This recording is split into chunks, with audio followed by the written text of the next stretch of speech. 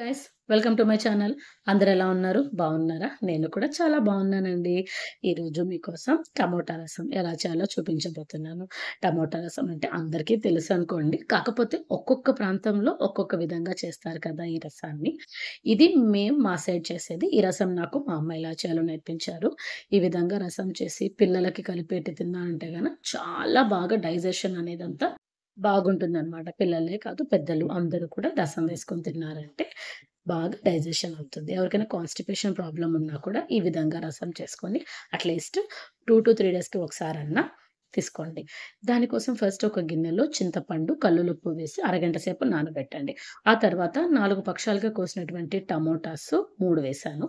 అలాగే అందులో కరివేపాకు, అలాగే కొత్తిమీర కూడా వేసుకోండి.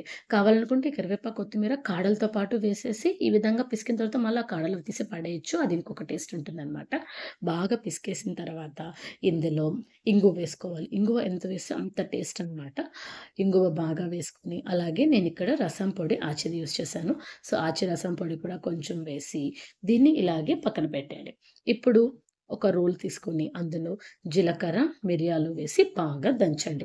ఇది మిక్సీలో కూడా చేసుకోవచ్చు. బట్ మిక్సీలో చేసిన దానికన్నా ఈ విధంగా రోట్లో చేసిందైతే మనకు టేస్ట్ చాలా బావుంటుందనమాట. బాగా దంచిన తర్వాత తెల్లగడ్డలు కూడా కొంచెం ఎక్కువగా వేసుకోండి. తెల్లగడ్డలు కూడా వేసి బాగా దంచాలి. ఇప్పుడు ఈ విధంగా దంచిన దాన్నంతా తీసి ఒక ప్లేట్‌లో పెట్టుకొని, అందులో ఒక ఎండుమిరపకాయ కూడా తుంచి వేసుకోండి. మిరియాలుంది కాబట్టి ఒక మిరపకాయ సరిపోతుంది. ఇప్పుడు ఒక బాండలిలో జస్ట్ 3 స్పూన్స్ ఆయిల్ వేడి చేసి, అందులో ఆవాలు వేసి, మనం గ్రైండ్ చేసుకున్నటువంటి జీలకర్ర, మిరియాలు, తెల్లగడ్డ అలాగే ఎండుమిరపకాయ కూడా వేసి వేయించి, ఇప్పుడు స్టవ్ ఆఫ్ చేసేసి, ఇందులో మనం మిక్స్ చేసుకున్న రసం ఉంది కదా! అది పోసేసి, ఒకసారి మొత్తాన్ని చేత్తో మళ్ళా పిసకాలి. అప్పుడు ఆయిల్‌లో ఉండే ఈ తెల్లగడ్డ మనం పొడి చేసిన ఇవంతా కూడా బాగా రసంలోకి దిగుతుందనమాట.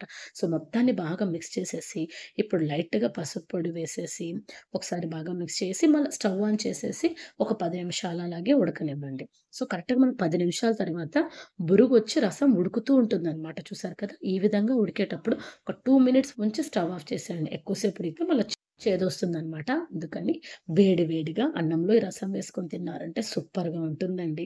ఈ వీడియో మీకు నచ్చితే లైక్ చేయండి. అలాగే ఈ రెసిపీ ఎలా ఉందో కామెంట్ చేయండి.